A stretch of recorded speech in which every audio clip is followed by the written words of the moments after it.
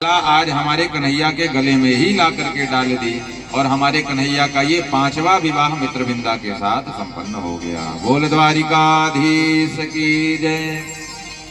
ऐसे ही कौशल नरेश थे महाराज नग्नजित। उन्होंने संकल्प कर रखा था, क्योंकि उनके यहाँ 7 बैल बड़े ही बलशाली थे। संकल्प किया जो इन 7 बैलों को एक रस्सी से नथ देगा उसी के साथ अपनी बिटिया का विवाह करेंगे। बोलो राधे राधे। और उस बिटिया का नाम था सत्या देवी। सत्या देवी के साथ उसी का विवाह होगा जो उन 7 बैलों को एक रस्सी से नथ देगा।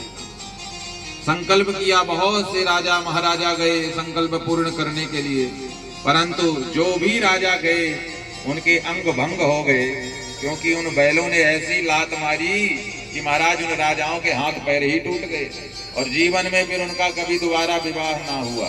बोलो राधे राधे। भगवान तक ये बात पहुंची तो भगवान आज दिव्य रूप में प्रकट हुए। 7 रूपों में विभक्त होकर के भगवान ने उन 7 बैलों को एक ही रस्सी में नथ दिया और महाराज नग्नजित को प्रसन्न कर दिया। सत्या देवी के साथ भगवान का विवाह संपन्न हुआ। बोलिए द्वारिकाधीश की जय। नग्नजिन्नाम कौसल्य आसीत राजाति धार्मिकः तस्य सत्या भवत कन्या देवी नाग्नजिती नृप। इस प्रकार से भगवान का ये बड़ा ही सुंदर 6वां विवाह संपन्न हुआ। अलग अलग रूपों में भगवान के 8 विवाह हुए थे। ऐसे ही एक दिन भगवान ऊपर चक्र में घूमती हुई एक मछली को देख करके और भगवान ने नीचे जल में उसकी परछाई को देख करके लक्ष्य का भेदन करके उस मछली की आंख का भेदन किया और लक्ष्मणा नाम की कन्या का विवाह भगवान के साथ संपन्न हो गया। बोल द्वारिकाधीश की जय।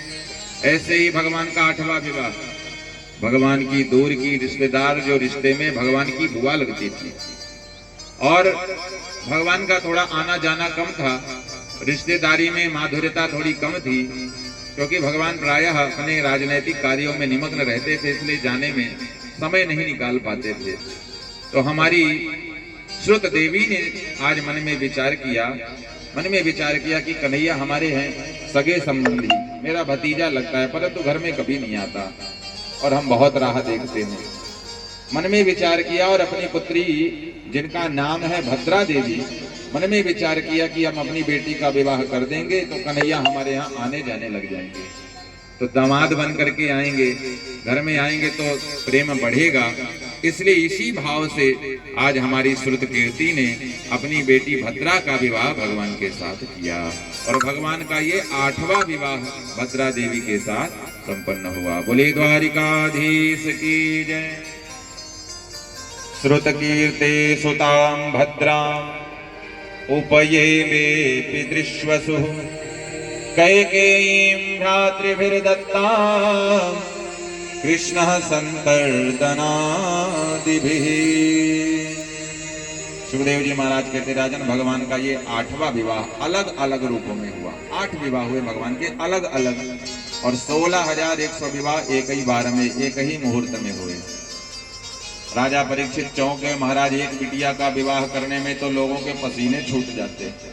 भला कौन सा ऐसा पिता था जिसने 16,100 कन्याओं का विवाह एक बार में किया होगा? कृपा करके बताएं कि भगवान के 16,100 विवाह एक बार में कैसे हुए। सुखदेव जी महाराज ने विस्तार से सुनाया। सभार्यो गरुडारूढ़ प्राग्ज्योतिषपुरं ययौ गिरिदुर्गै शस्त्रदुर्गै जलाग्न्यनिलदुर्गमम्। राजन एक नरक